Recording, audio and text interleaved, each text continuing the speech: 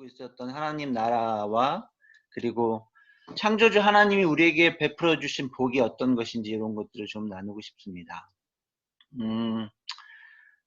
그 하나님께서 우리에게 문화명령을 주셨잖아요. 창세기 1장 27절 이렇게 보면은 하나님이 우리에게 하나님의 형상으로 우리를 창조하셨고 우리에게 생육하고 번성하라고 하셨고 땅에 충만하라고 하셨고 땅을 다스리라고 하셨고 뭐 이런 땅을 정복하라고 뭐 그런 이야기들이 이제 나오죠. 그런데 제가 이제 그 문화명령의 부분들을 좀 이렇게 주의 깊게 보다가 그런 의문이 들었어요. 그 하나님께서 인간을 창조하시고 그리고 우리에게 인간에게 문화명령을 주셨는데 내려주셨는데 그리고 세상을 다스리라고 해주셨는데 그 다음에 이제 아담과 하와가 타락했잖아요. 타락한 다음에도 그 문화명령이 계속 유효한 걸까 하는 어떤 신학적 의문이 들었던 거예요. 그래서 제가 여러분 잘 아시는 창세기 4장을 봤더니 가인과 아벨의 그 살인사건이 나오더라고요.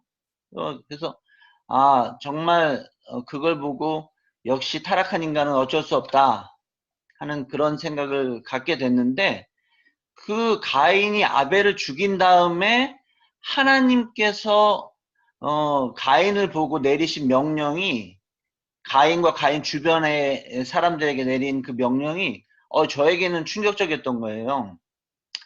가인이 정말 너무나도 참남하게도 동생 아벨을 죽였는데 하나님이 가인을 보호하시는 거예요.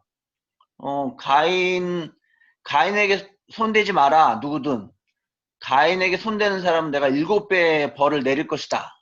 이렇게 하나님께서 가인을 보호하시고 가인의 자손들을 계속해서 이어서 이렇게 그 족보를 이어가게 하시는 그런 모습들이 창세기 4장에 나오는 걸 보면서 하나님이 믿지 않는 사람을 보호하시고 또는 하나님이 하나님의 뜻을 어기는 사람에게 계속 기회를 주시는 건가 하는 생각이 들었어요. 그런데 성경을 보면 볼수록 하나님이 믿지 않는 사람에게도 기회를 주시고 그리고 하나님의 뜻을 따르지 않는 사람에게도 어떤 은혜를 베푸신다는 것을 알게 된 거죠. 그래서 이 부분들이 우리가 지금 우리 주변에 믿지 않는 사람들과 함께 이렇게 살고 있는 우리가 사는 세상에 어떻게 적용이 될까 하는 것들을 많이 생각하게 되었습니다. 여기 베트남 선교사이신 최혜경 선교사님도 계신데 저도 캄보디아에서 한 5년 정도 프놈펜 기술학교에서 교목과 한국어 선생님을 통해서 이제 선교사 활동을 했는데 그때 이제 겪었던 그 일이 있어요. 어떤 일이냐면 제가 이제 섬겼던 프놈펜 기술학교는 그 크리스찬 학교이기 때문에 늘 체프를 드리고 거기 오는 아이들이 대부분 선교사님들이 보내주는 그런 학생들이에요. 그런데 하루는 제가 가르치는 학생이 수업이 끝났는데 자기 집에 가고 싶어 하질 않는 거예요. 근데 이제 그 집은 어떤 집이냐면 이 친구는 원래 집이 지방인데 이제 푸놈펜에 유학 온 거예요. 상경에서. 근데 이제 집이 너무 가난하니까 머물 데가 없으니까 선교사님이 운영하는 도미토리에 일종의 뭐 기숙하는 그런 집에 이렇게 모여서 사는 그런 학생이었어요. 그런데 집에 들어가기 싫다는 거예요. 그래서 왜 집에 들어가기 싫어? 라고 물어보니까 이 친구가 얘기하는 게 예배를 드려야 돼요. 이렇게 얘기하는 거예요. 그게 무슨 말인가 들어보니까 이 선교사님이 아주 열정이 대단한 분이었어요. 매일매일 새벽 기도와 밤에 9시에 예배를 매일매일 드리는 거예요. 근데 이 친구는 학교를 3군데 다녔거든요. 그리고 아르바이트도 하고 이제 캄보디아는 학교를 3군데 다닐 수 있는 구조가 돼요. 오전반, 오후 학교, 그리고 주말 학교 이런 식으로. 그리고 남는 시간에 그 아르바이트를 하니까 몸이 얼마나 피곤해요. 그런데 집에 들어가면은 앉으라고 그러고 예배 드리고 찬양하고 성경 읽고 그러는 거예요. 설교하는 거예요. 너무너무 그게 괴로워가지고 집에 들어가고 싶지 않다고 그러더라고요. 여러분, 이 친구가 배운 성경 내용은 분명히 우리가 아는 그 성경 내용입니다. 근데 이 친구에게 그 성경 내용이 복음으로 들렸을까요? 굿뉴스로 들렸을까요?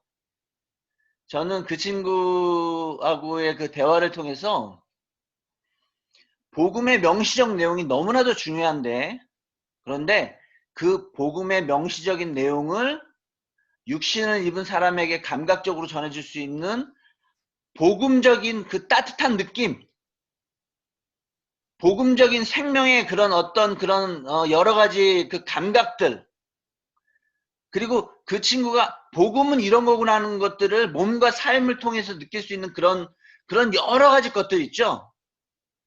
그것들이 너무 중요하다는 생각을 갖게 됐어요. 물론 명시적인 복음의 내용이 빠지는 건 전 반대입니다. 전 복음주의자예요. 그래서 예수 그리스도가 우리의 구원주이시고 구세주이시고 하나님이 우리의 창조주이심을 명시적으로 드러내는 성경을 반드시 가르쳐야 되고, 그것이 우리가 우리 주변의 선교 대상자들에게 전해줘야 될 최종 목적이에요. 그런데 많은 우리 선교 대상자들, 복음을 들어야 될 대상자들이 우리의 태도나 크리스찬이 가지고 있는 복음적이지 않은 모습 때문에 복음 자체를 들을 생각을 하지 않는다는 거예요. 이건 제가 선교 현장에서 느낀 건데 너무나도 큰 잘못된 모습이라는 생각이 들고, 어쩌면 우리가 하나님께 믿는 사람으로서, 먼저 믿는 사람으로서 커다란 죄를 짓고 있는 게 아닌가 하는 생각이 들었습니다. 그러면 어떻게 우리 주변에 있는 그 믿지 않는 분들에게 접근해야 될까? 이런 부분들을 잠깐만 나누고 마무리를 할게요. 저는 그 여아림 카몬 라이프 처치를 섬기고 있습니다. 여아림 교회는 여아림이란 이름은 한자로 너와 나 사이에 주님이 임하신다는 그런 뜻이고요. 카몬 라이프는 캄보디아가 생명 위에 있다는 뜻입니다. 생명 가운데 있다는 뜻인데, 저희 교회 이름이 이렇게 긴 이유는 저는 여아림 교회 이름이 좋고, 저와 함께 예배드리는 2명의 캄보디아 친구들은 카몬라이프 이름이 좋다고 그래가지고 여아림 카몬라이프 처치라고 저희는 길게 불러요. 저는 지금 한국에서 캄보디아 친구 2명과 제가 모시는 저보다 높은 분 계세요. 그분 여자분과 넷이서 이렇게 예배를 드리고 있는데, 그런 일이 몇 개월 전에 있었습니다. 뭐냐면 제가 이제 저랑 같이 함께하는 캄보디아 친구가 경기도 안성에서 경기도 안성 공장에서 일하고 있어요. 근데 거기 공장에는 그 캄보디아 친구 말고 5명의 그 외국인들이 더 있습니다. 그 중에 남자가 3명인데, 이 3명의 남자는 미얀마에서 온 친구 2명, 그리고 네팔에서 온 친구 1명이에요. 그래서 제가 한 번은 저희 아내하고 같이 그 경기도 안성에 내려가서 그 친구들하고 이제 회식을 했어요. 맛있는 음식을 먹었어요. 근데 뭘 먹었냐면 삼겹살을 먹은 거예요. 그래가지고 이 친구들도 이제 오랜만에 고기 먹고 그러니까 다들 좋아가지고 삼겹살을 실컷 먹고 있는데, 가만 생각해 보니까 네팔에서 온 친구가 힌두교도였거든요. 그래서 제가 먹다가, 그 친구 이름이 하리인데, 하리, 너 힌두교에서는 돼지고기 안 먹잖아. 그랬어요. 그러니까 하리가 뭐라 그러냐면 한국 와서 배웠어요 이러는 거예요. 그러면서 아주 맛있게 자연스럽게 먹었습니다. 여러분, 제가 생각할 땐 문화는 이런 겁니다. 문화는 변해도 상관없는 거예요. 문화는 건드려져도 괜찮은 거예요. 문화는 뒤섞여져도 괜찮은 거고, 그 부분들이 용인이 되어야만, 그래야만 예수님의 참된 사랑과 복음이 전해지는 통로 역할을 한다고 생각합니다. 만약에 하리가 제가 여기 이정화 목사님도 계시지만 우리 옛날에 인도 막 가고 그랬거든요. 인도 가가지고 스팸 한번 구워 먹었다가 난리가 났었어요.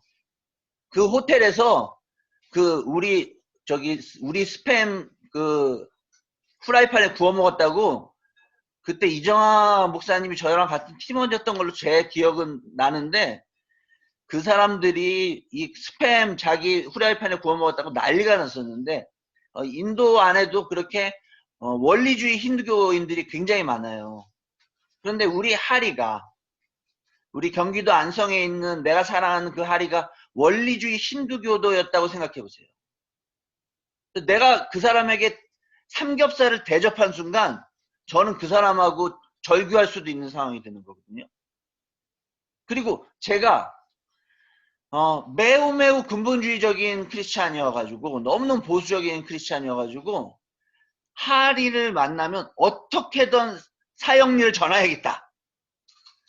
요한복음 3장 16절을 쟤한테 외우게 하지 못하면은 나는 아예 선교사 자격이 없다라고 생각을 그것만 끊임없이 한다고 생각해 보세요.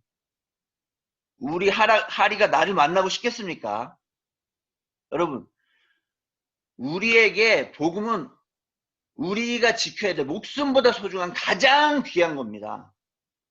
근데 그 귀한 것을 우리 옆에 그 복음을 아직 담아내지 못하는 그들에게 전하기 위해서는 복음을 담아내는 우리 잘 아는 아름답고 귀한 그릇이 있어야 되고, 저는 그것이 문화라는 생각이 듭니다. 왜냐하면 하나님의 문화 명령은, 그리고 일반 은총, 일반 계시는 크리스찬뿐만 아니라 믿지 않는 사람들에게도 여전히 유효하기 때문에 그렇습니다.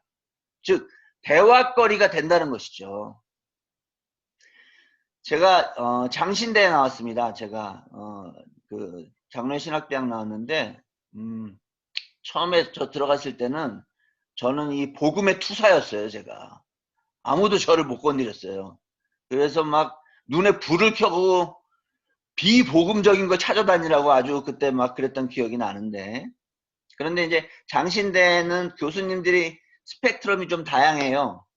근데 그 중에 제가 아주 제일 존경하는 구약학 교수님. 근데 이분은 아주 보수적인 신학을 갖고 계신 분이었어요. 그래서 전 그걸 너무 존경했거든요. 야, 저분이 하는 얘기라면 내가 무조건 따르리라 하는 생각을 갖고 있었는데, 하루는 그 교수님이 수업 시간에 이러는 거예요. 나는 우리 장신대 안에 논어를 배울 수 있는 곳이 있었으면 좋겠어요. 모든 장신대 학생들이 공자의 논어를 좀 배웠으면 좋겠어요. 이렇게 얘기하는 거예요. 저 그때 너무 충격을 받았어요. 아니, 저 보수적인 훌륭한 복음적인 교수님이 감히 동양철학 논어, 공자의 그 시덥지 않은 얘기를 온 신학생들에게 배우게 하려고 그런다니 라는 생각에. 그런데 제가 그 이후로 동양철학을 좀 공부를 했거든요. 지금도 중용을 공부하고 있고 요즘도. 그런데 논어, 중용 이런 것들을 보면 볼수록 하나님의 진리의 편린들이, 진리의 그 조각들이 거기 담겨 있어요. 심지어는 제가 생각할 때는 동양철학, 논어, 중용, 논어맹자, 대학 중용 같은 데에서 이야기하는 인간론은 솔직히 말하면 서양에서 이야기하는 인간론보다 훨씬 뛰어나요.